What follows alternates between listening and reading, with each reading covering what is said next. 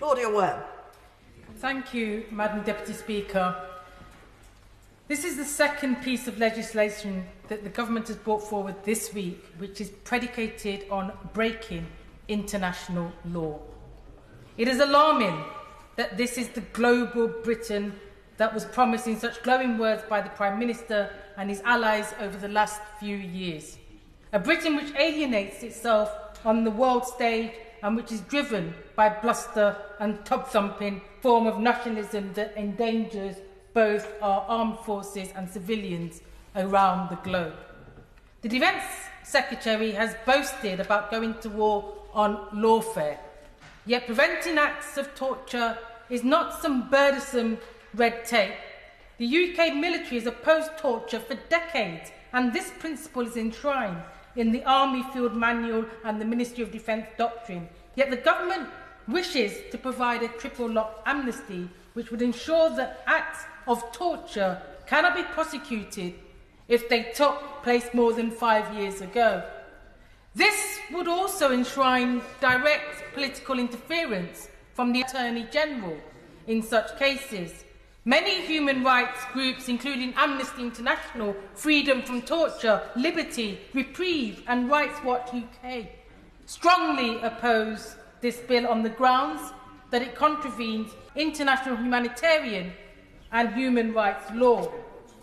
The organisation Redress warns that the bill risks creating impunity for serious offences, including torture, and therefore will result in the UK being in breach of its international treaty obligations.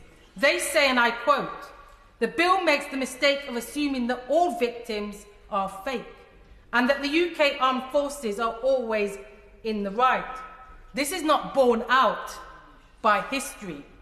Indeed, it is believed that thousands and thousands of allegations of torture and mistreatment from Iraqis and Afghanis have been lodged against British soldiers serving in the invasion of Iraq and Afghanistan."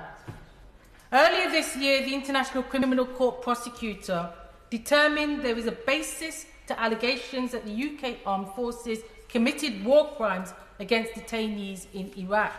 Yet rather than face up to any wrongdoing, the government now wishes to silence victims by introducing time limits for civil claims in connection with overseas operations. The legislation would also place a duty on all future governments to consider deviation from the European Convention on Human Rights in relation to significant overseas military operations. This reveals what this legislation is truly about: slashing away crucial protections on human rights under the guise of macho patriotism. If we even agree with one of the government's arguments, which is that those involved in controversial overseas operations should not be left in uncertainty for years, yet the solution is not to issue a blanket amnesty for potential war crimes. The solution is for the government to reverse its severe budget cuts to criminal investigations and to increase accountability and scrutiny over its military intervention. The government claims to be standing up for British troops, yet the erosion of global rules against torture would put UK personnel at risk by endangering British soldiers who are detained by foreign forces overseas. Not only that, but the bill breaches the Armed Forces Convention by preventing British armed personnel from holding the Ministry of Defence to account for negligence, personnel injury or death. Therefore, despite all the government's bluster, this legislation doesn't do much to protect the Ministry of Defence than it does service personnel.